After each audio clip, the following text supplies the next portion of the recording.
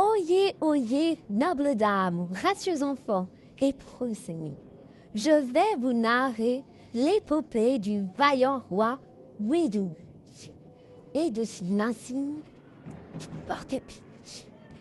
Que l'histoire commence.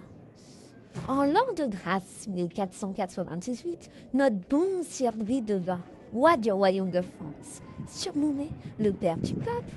Il était aimé de tous ses sujets. Il prit alors pour emblème le noble porte-épice. Que cette histoire soit gravée dans vos mémoires. Oyez, braves gens, savez-vous pourquoi notre noble roi décida de cela? Absolument pas, je l'ignore complètement. Eh bien, nous présumons que c'est tout d'abord en hommage à sa bravure. Son vénérable grand-père, Louis de France, institua un nouvel ordre de chevaliers en 1380. Celui du porc-épic. Oh, qu'est-ce qu'il est beau! Oui, vous avez deviné, charmant visiteur du temps jadis. Et cela en l'honneur de son fils aîné, le gracieux Charles d'Orléans. Lors de son baptême, on ne présuma point qu'il s'illustrerait en tant que galant poète, chantre de la côte, ni qu'il deviendrait le papa de notre roi.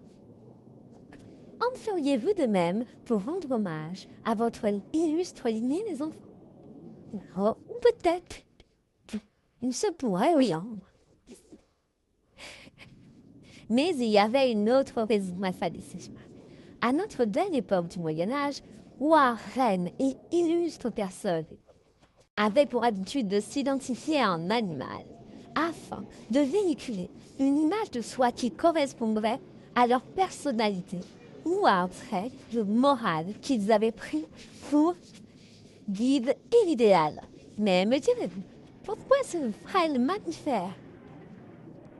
Pourquoi ce mammifère? C'était, il me semble, peut-être.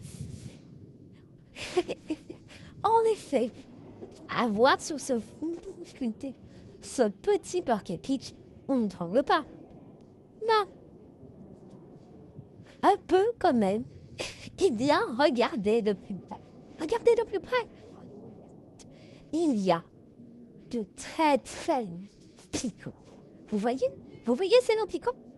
Ah oui, absolument. Oui. Et oui, depuis l'Antiquité, il y avait une croyance populaire qui disait que cet animal exotique et mystérieux possédait de sombres pouvoirs.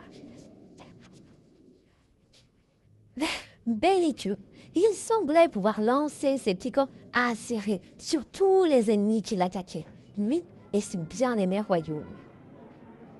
La légende dit encore que ces pics avaient le pouvoir, comme par magie, de surgir. Pas si douce que ça, de belliqueux porc-épic, n'est-ce pas?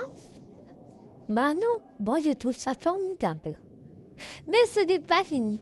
Pour écrire sa légende, il prit pour devise Cominus et Eminus, soit de près et de loin. Ses ennemis n'avaient plus qu'à trembler. Question. Avant de poursuivre notre visite dans les couloirs, à la fois du château et du camp, et vous, quel animal emblème et quelle devise prendriez-vous pour vous définir et laisser une trace à vos descendants?